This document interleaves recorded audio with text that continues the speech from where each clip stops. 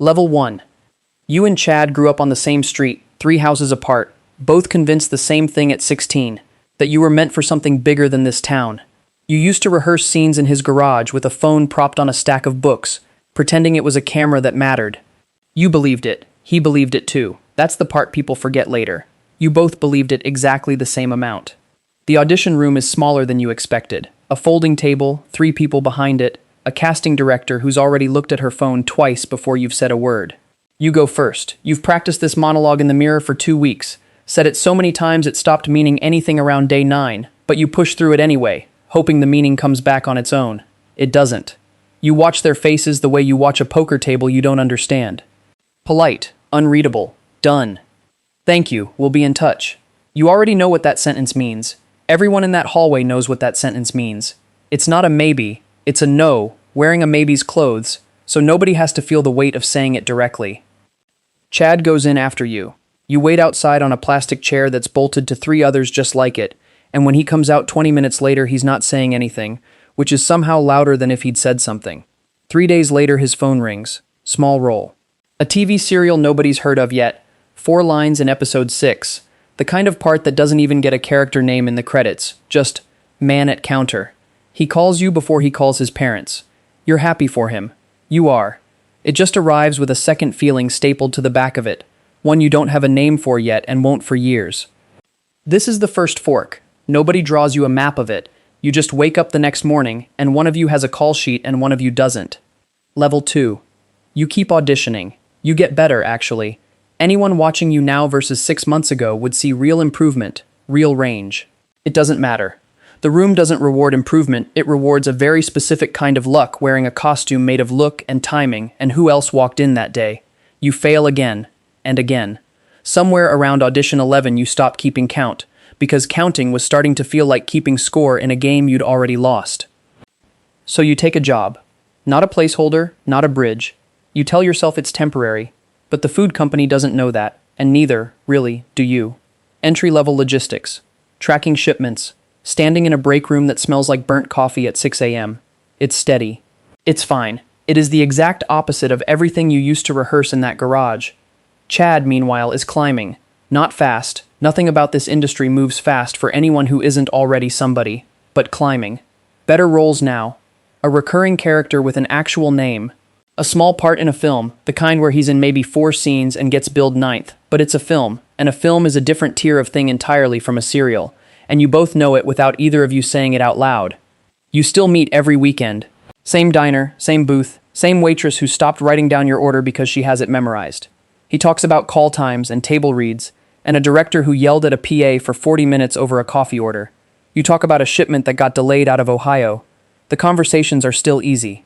That's the part that surprises you, how normal it still feels, how his success hasn't yet built a wall between the booth seats. You ask him, more than once, in the way you ask something when you're trying to sound casual about it and failing, if he hears about anything, any small part, any background thing, to think of you. He says, of course. He means it too. You can tell he means it. That doesn't make it happen. Level 3. The promotion comes through at work almost quietly. A new title, a better desk, a raise that feels enormous the week you get it, and merely adequate 3 months later once you've adjusted to it, the way money always does. You're good at this job. You didn't expect to be good at it, and there's a strange, uncomfortable comfort in discovering competence somewhere you never auditioned for. Chad signs for a mid-level film. Real budget this time, a role with actual weight to it, not the lead, but not man at counter either. Somewhere in the middle where the character has a name people remember and a scene people quote. He's working constantly now. Table reads bleed into fittings, bleed into press days for the last thing, while he's already shooting the next thing. The meetings shift from weekly to monthly without either of you deciding it out loud. It just happens, the way a river finds its lowest path without asking permission. When you do sit down together, he's a little different. Not unkind, never unkind, that's not who he is. But there's a reserve now, a half-second delay before he answers things, like part of him is somewhere else even at the table. You notice it, you don't mention it. Mentioning it would make it real in a way you're not ready for yet. You still ask him to keep you in mind. He still says he will. The sentence is starting to feel like a piece of furniture in the conversation now. Something that's always there, that neither of you really looks at anymore. That's just part of the room. Level 4. You leave the food company to start your own version of it. Small at first, a regional distribution deal, 3 employees, a lot of nights spent doing your own books because you can't afford someone else to do them. It's terrifying in a way the audition rooms never were, because this failure would be quieter.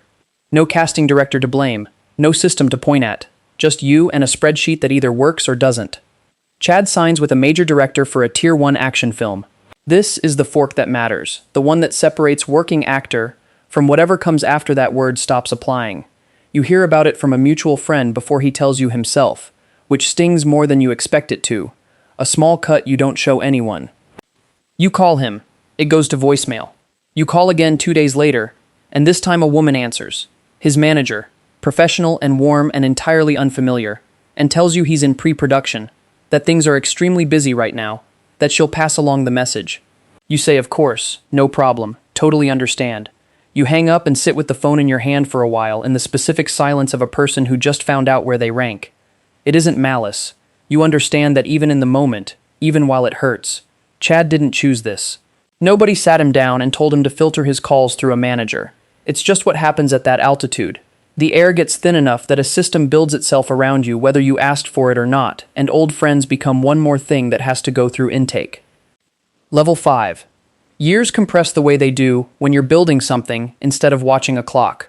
Your food business becomes food businesses, plural, distribution, then a private label line, then a stake in a logistics company that used to be a competitor. You cross into 8 figures almost without noticing the exact day it happened, the way Chad's fame crossed into actual movie star without a single dramatic press conference announcing it. You just look up one day and the number is different. Chad is a genuine star now. Premieres, magazine covers, the kind of recognition where he can't walk through an airport without a stranger's phone coming up. You haven't spoken in over a year, not a falling out, nothing that dramatic, just the ordinary erosion of 2 lives running at completely different speeds. He reaches out. A hotel bar, his suggestion, a place with low lighting, and a doorman who nods at him like they've met 100 times, because they have. He looks the same and completely different at once. Same laugh, same way of leaning back in his chair, but there's a polish on him now, an ease with being looked at that he didn't used to have. He asks about your businesses and actually listens to the answers, which you notice, because you've gotten used to people's eyes drifting during that part of a conversation. Then he tells you about his next film, a premiere coming up, and he wants you there. Not as a favor extended out of guilt. He means it. He introduces you to his co-stars that night, to a director whose name you've seen on posters your whole life. And nobody in that room treats you as the guy who failed his audition 15 years ago. They treat you as Chad's friend, which apparently, at this altitude, is its own kind of credential. You stand in a room full of people who are famous for a living and realize, with a strange calm, that you don't envy it. You just watch it, the way you'd watch weather happening somewhere else. Level 6. Your businesses cross into 10 figures. Billionaire is a strange word to have attached to your own name.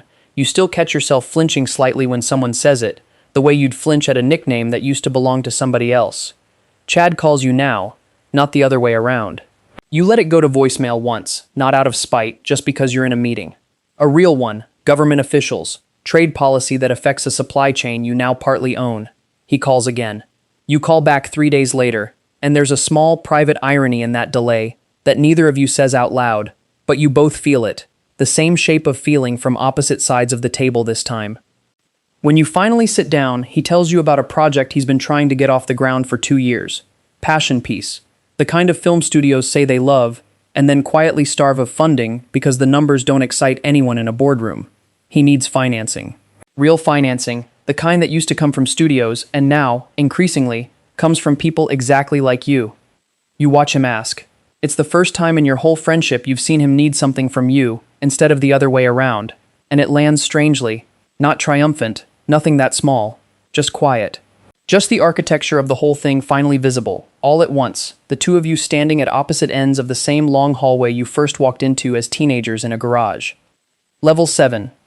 The premiere is in the same city where you both grew up, which wasn't an accident. Chad asked for it that way. You stand in the lobby of a theater that used to be a discount cinema where you two watched cheap matinees on Tuesdays, now converted, restored, gleaming, hosting the film your money helped exist. He finds you before the lights go down. Doesn't say much, doesn't need to. Just stands next to you for a second the way he used to stand next to you on the plastic chairs outside that first audition room, waiting for something neither of you could predict the shape of. The film starts. You watch him on a 40-foot screen, doing the thing you both once rehearsed with a phone propped on a stack of books, and you feel something that isn't jealousy and isn't pride exactly either, something closer to recognition.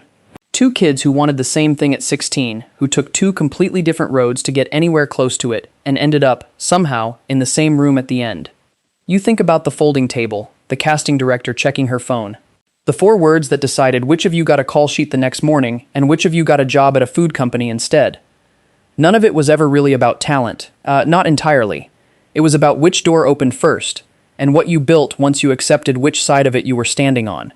Chad's door opened onto a stage. Yours opened onto a spreadsheet. Neither of you knew, standing outside that audition room at 19, that both doors led back to the same theater eventually, just from opposite directions, at completely different speeds, arriving on the same night to watch the same screen. The lights come up, the applause starts, and for a second, before anyone stands, you and Chad just look at each other, not like a movie star and a billionaire, just like two kids from the same street who used to believe the same thing, exactly the same amount.